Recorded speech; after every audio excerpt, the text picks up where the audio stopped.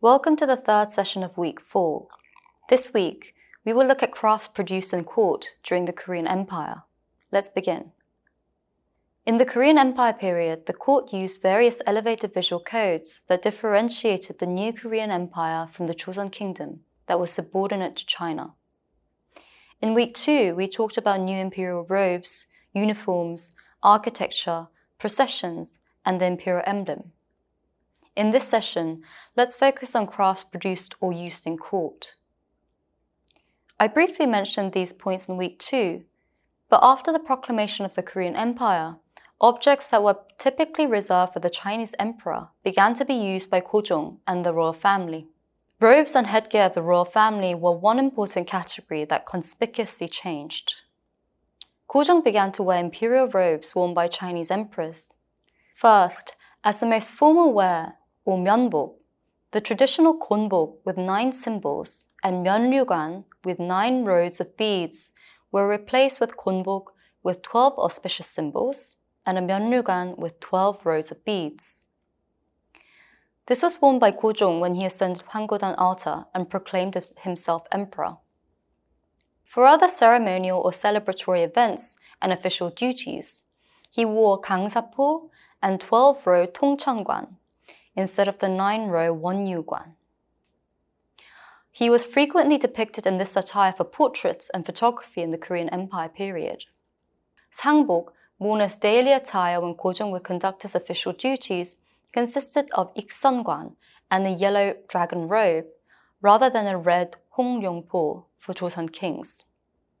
You may be most familiar with this type of royal attire from TV shows set in the Joseon Dynasty. These conspicuous changes in the emperor's attire symbolically declared Korea as empire and Korean sovereign and equal status to China. Moreover, it is notable that even when Gojong implemented Western uniforms, he continued to wear traditional imperial robes for various occasions. The production of these robes continued throughout the Korean Empire period.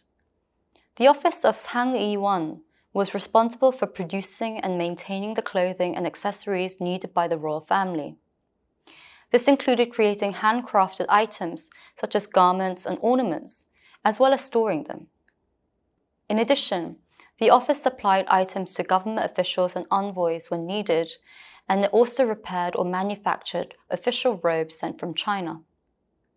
Making and maintaining royal attire involved a complex and meticulous process, including weaving textiles with gold and silver threads, dyeing, washing, starching, and finishing the fabrics.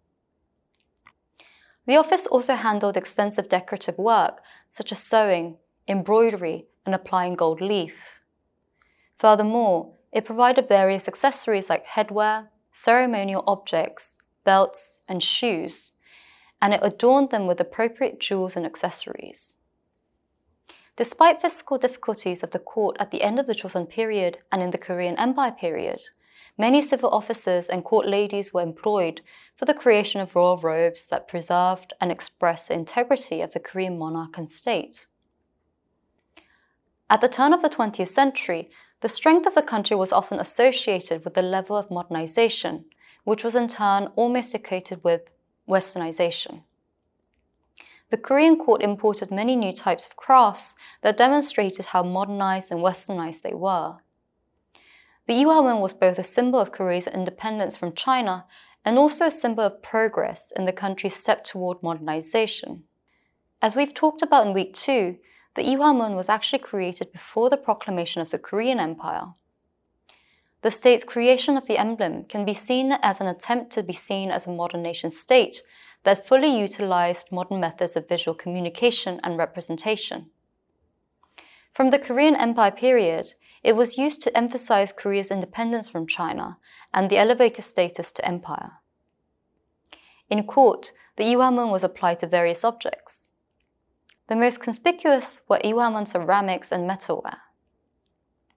The court imported many Western furniture by this time and even served Western-style meals for guests. New tableware was essential for this purpose.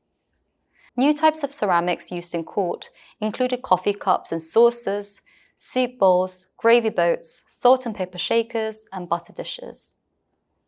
Instead of commissioning tableware to state-run kilns in Korea, the court chose to order tableware from France or Japan, adorned with the empire's own plum blossom emblem. This was due to the fact that local potters were not accustomed to producing Western tableware. The inclusion of the ihwamun in the design was also in keeping with Western customs of emblazoning items used in court with royal seals or emblems. By having daily objects that were used to serve diplomatic guests to court, it demonstrated Korea's new independent and elevated status as empire. As mentioned in week 2, the imperial emblem was also applied in modern medals. In the Korean Empire period, Western uniforms were worn by the royal family and by government officials, as well as soldiers. Medals and ribbons were also imported as part of this Western attire. In the creation of a medal system in Korea, several symbols were employed in medal designs. Ihwajang, or the Ihwa medal, was third in rank, followed by the Taeguk medal and the Palgwe, or 8 trigrams medal. The ihwamun was also used in various commemorative medals of the Korean Empire period, appearing as both the central motif and as a supplement to other symbols, such as the royal helmet, the daegukgi, and even the chrysanthemum from the colonial period. The ihwamun was also used as an important design in Korean stamps that were put into use from the 1890s. The ihwa stamp was the first to use the emblem as a main motif and was printed in 1900. In addition to medals, stamps were symbolic of the level of modernization or westernization of a country. The application of the ihwamun, the imperial emblem of the Korean Empire, in Western objects such as court tableware, uniforms, medals, and stamps, demonstrated Korea's adherence to modern visual customs of emblazoning state objects and branding government-controlled infrastructure with an emblem that represented the royal family and government. In the Korean Empire period, Western visitors, regardless of their official positions, were valued in court and by Gojong himself. They were seen as important individuals who could leverage deeper diplomatic relations with Western nations, which could help Korea modernize and reform, and most importantly, check and balance the growing power of Japan toward 1905. As a result, many travelers and diplomats who were granted an audience with the emperor record receiving gifts in court. A popular type of gift given out to these guests was ceramics. As early as 1884, Korea Celadon ceramics excavated from royal tombs near Kaesong were given as gifts from the royal family to foreigners living in Seoul. One of the first recorded instances occurred in December 1884 when King Gojong presented the Celadon bowl to Horace Allen, an American doctor and missionary, in appreciation for his medical care of Min Young-ik, a high-ranking official and relative of Queen Min following the 1884 Capuchin coup.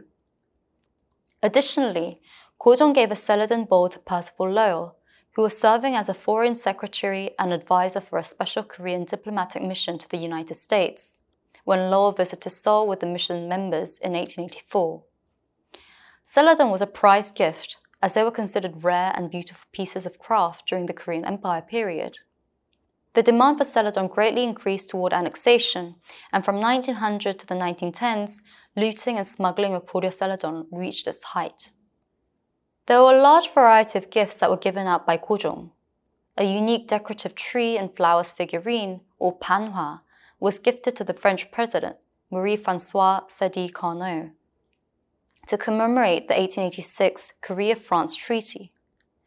A highly extravagant gift from Gojong to the Russian emperor in 1896 was a lacquered closet, elaborately decorated with mother-of-pearls.